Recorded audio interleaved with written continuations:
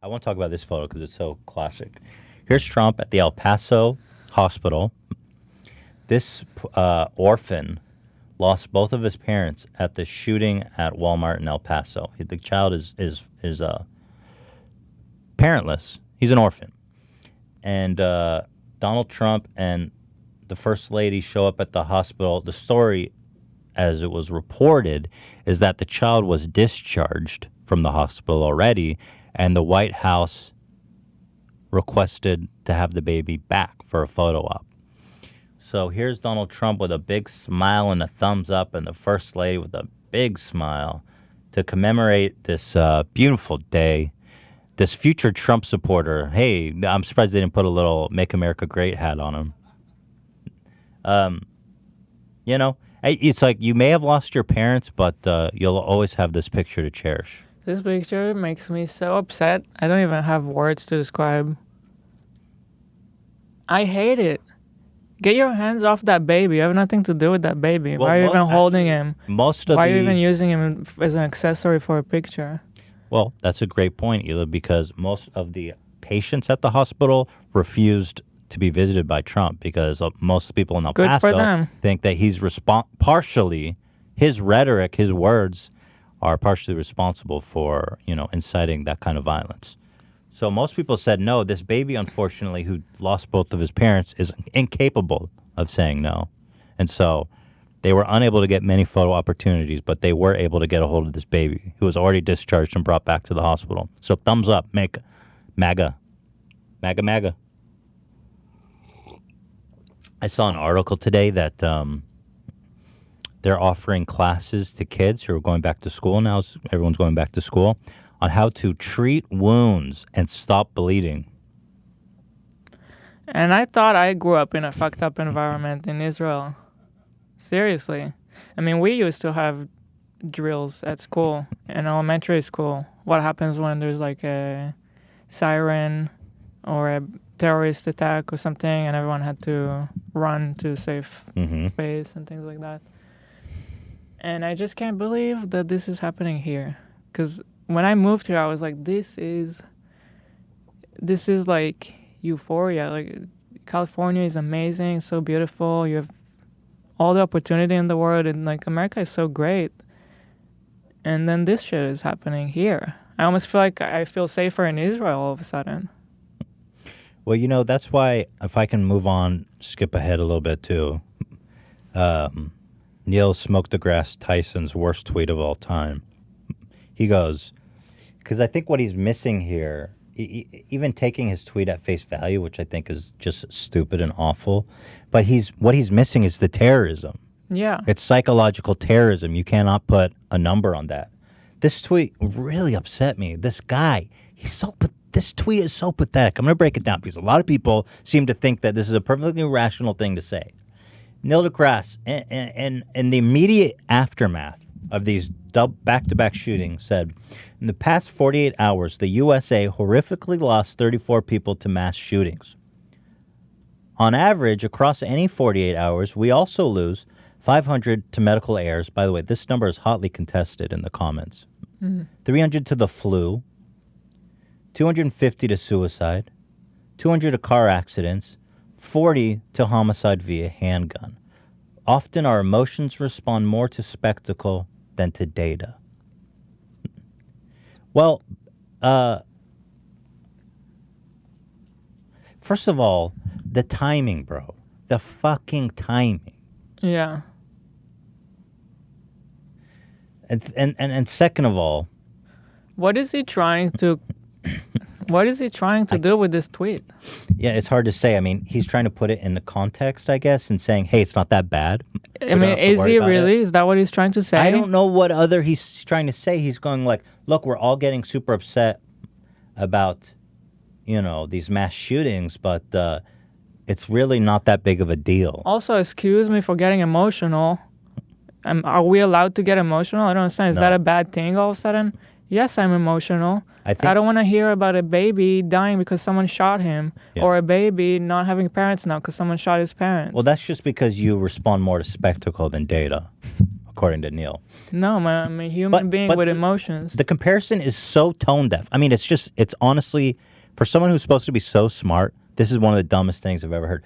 To the flu? Do you not think we're trying to prevent people from dying from the flu? Bro, we've been trying to find a cure to the flu since we fucking knew that vaccines were a thing. What do you think we're not doing about the flu? Mm-hmm. He's implying that somehow we should be more worried about these. What can I do about the flu, Neil? There's already the flu shot. People are not taking it. People die. It's the flu. The flu. It's the flu. It's killed more people than anything. It's the flu, Neil. Why should random horrific mass shootings be even comparable to the flu? The flu. It kills people, Neil. What am I medical errors? What am I supposed to do about medical errors? Hotly contested figure, by the way. I'm sure the hospital has their own procedures to handle those errors. You know? Hey, guys, we should be more worried about medical errors. Shut the fuck up! The problem is that it feels like no one is doing anything about mass shootings. And by the way... And this is why everyone's getting so emotional, and they should be. Well, Neil is saying it's not an issue. Dan, what do you think? About his tweet? Yes. Yeah, I mean, like you said, I think, it is rational to get upset about something that is preventable happening. You know what I mean? And it's like, I do understand what he's trying to say, but like you said, it's just so fucking What is he tone deaf. trying to say? What is he trying to say, Dan? Well, he's trying to say just like from a completely, detached way. It's not that big of a deal. He's trying to point out like how people are more afraid of dying in a plane crash than dying in a car accident, even though you're way more likely to die in a car accident. And it's like, I understand that point. That's dumb. But regardless, it's like, it's not comparable because... So let me write a Neil deGrasse Tyson tweet on September 12th, okay? The day after the World Trade Center. September 11th? Yeah. He goes, we did lose 3,000 people to a terrorist attack, but the flu in that same amount of time, within a week, kills more people. So it's really, we don't need to worry about that. Yeah. Also, I don't know. For me, growing up in Israel, there was always like there would be a new trend of terrorist attack. Mm-hmm. Like they'll have a new kind of thing that works that they figured out to get to people. But then what you would see is the government taking action towards that new thing. Right. And you would see changes. Right. Things will be addressed. You'll have a few terror attacks, and then they figure out a way to stop it until there's a new kind. But there's nothing happening here. No one is doing anything. Well, and part of why this tweet is so bad is that he's kind of, I feel like this is a right wing or a gun NRA talking point that he's kind of parroting. And I've seen this tweet being celebrated by like NRA and people like that who are opposed to gun change because what he's saying is basically, hey, this isn't a problem. We're all over responding to it. But the truth is that with 250 mass shootings this year, I don't think that any sane person could say that the status quo is fine. It's far from fine. What's funny is the two of the items here, 250 to suicide. That's usually by guns, and 40 by handgun. I don't know why he even included that, you fucking imbecile. Is also gun violence. It's so weird because we all know that he's a really smart, intelligent guy. I mean, you keep saying you're imbecile, which I understand why you're saying it. It seems like the dumbest tweet, and considering the timing of it, which just doesn't make sense to me. Why would he do that? I don't know. 200 car accidents. Yeah, well. Well, I get his point. Since 200 people did die in a car accident, I guess I shouldn't worry about all the mass shootings. 34 people. Well, and also a lot more people used to die in car accidents, and then we implemented a bunch of laws to make cars safer and mandatory seatbelts and all kinds of things. We took action on that. So. Right. And the point is that everything he listed here is stuff that we are trying to improve, with the exception of suicide and handguns, which is kind of part of the same issue. I don't know. But It doesn't make sense. It doesn't. And anyway, the bigger part that he's missing is the terrorism. Right. Like in El Paso. It's not. It shouldn't be under the same category about as data. medical error. Look at fucking Al Qaeda. They blew up the World Trade Center and they fucked our whole society up. Comparatively, it's not that much damage, but it's the terrorism, it's the psychological warfare that's the real damage. That's really damaging. It's cities that everyone in that area of where something happened will be traumatized forever. It's so much damage. So what he's saying in his really, really empathetic tweet is, hey, don't even trip, dog. It's not that big of a deal. Chances are you're not going to be killed by a homegrown terrorist. Just smoke Degrasse Tyson. Yeah, smoke the grass, man. Anyway, I thought this was just the trashiest thing I ever read. And then he tried to explain it in like a follow-up thing, and I still don't what happened? really.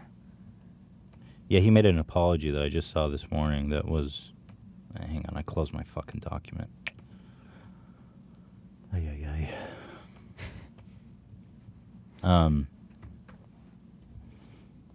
I don't know. I thought it was so dumb. Hold on, let me... Yeah. Go ahead, Hila, talk. Also, what's annoying is that right after a shooting, people are like, don't talk about it now, it's too soon. You know, let the families have their moment. And then if you keep talking about it, people are like, can you move on? We want something a little more So that's part of lighthearted. That's part of the strategy of avoiding... This is part of the propaganda strategy. That argument worked for a long time. They say, oh, don't politicize it. Mm-hmm.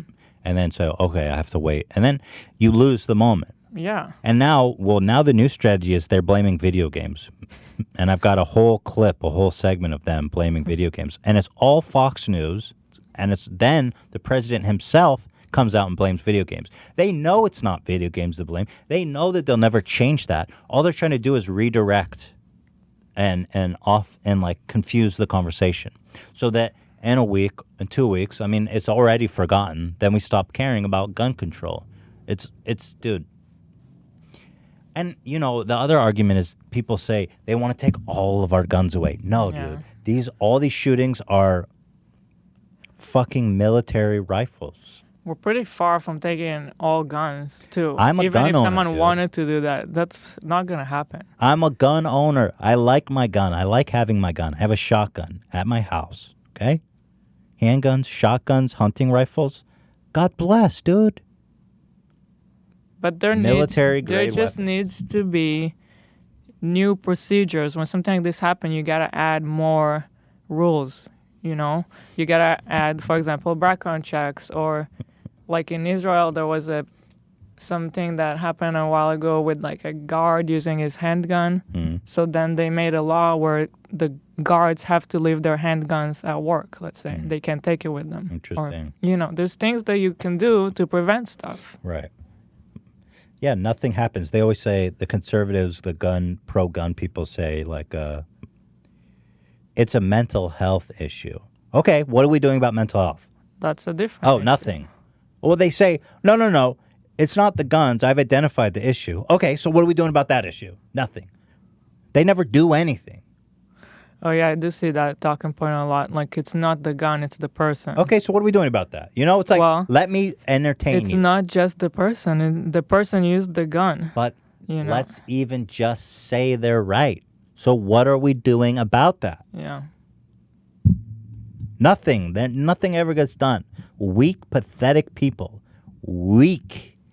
Come on, dude. 250 this year. What are we fucking doing here? Why are we as a country allowing this to happen? You know, most people are in favor of some common sense gun laws, background checks. You know, there was legislation to prevent people with a history of mental illness from getting guns. And guess what? The fucking Republican Party blocked it.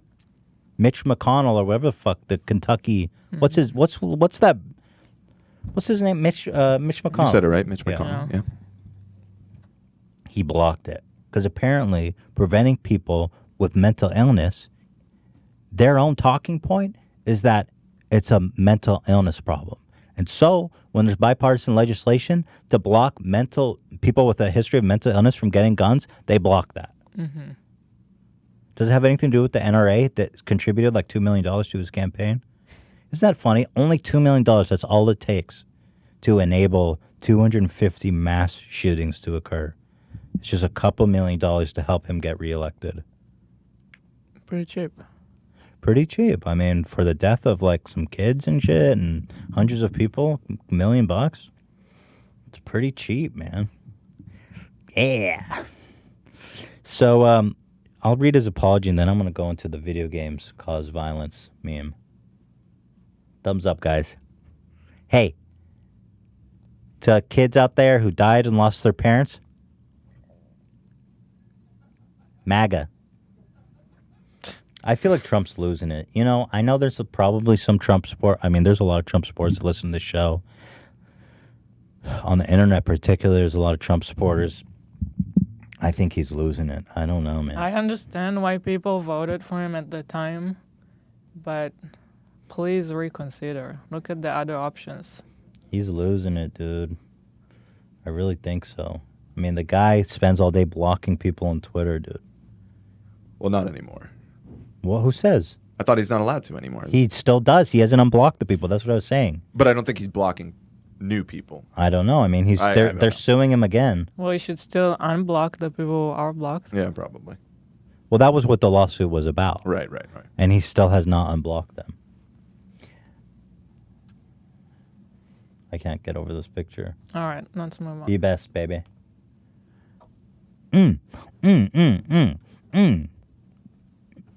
Thumbs up.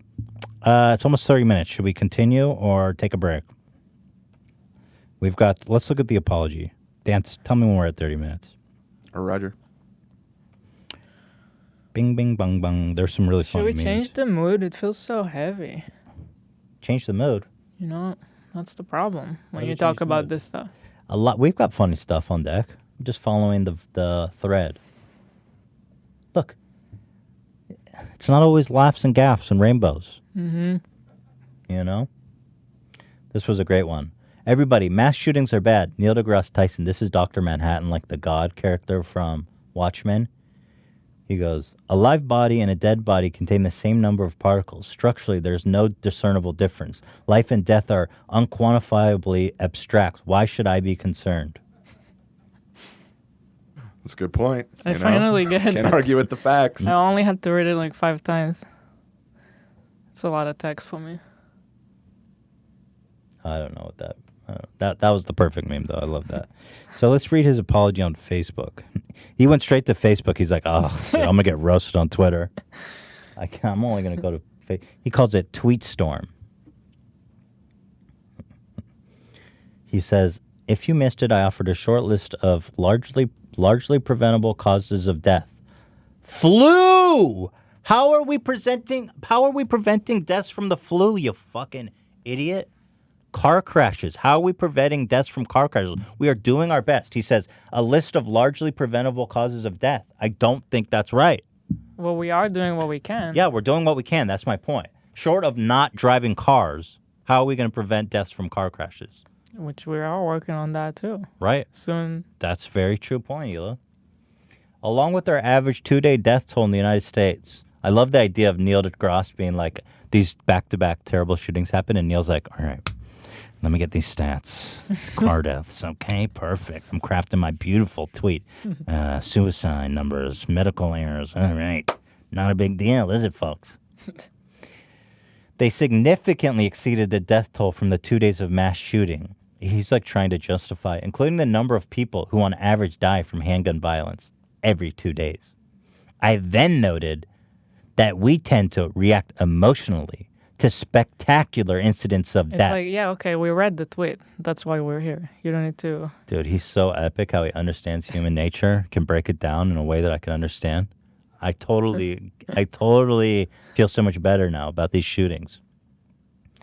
Now that I understand that 200 people died from car accidents in that same amount of time, I totally feel so much better about mass shootings. Does he want us to get more upset at the other stuff?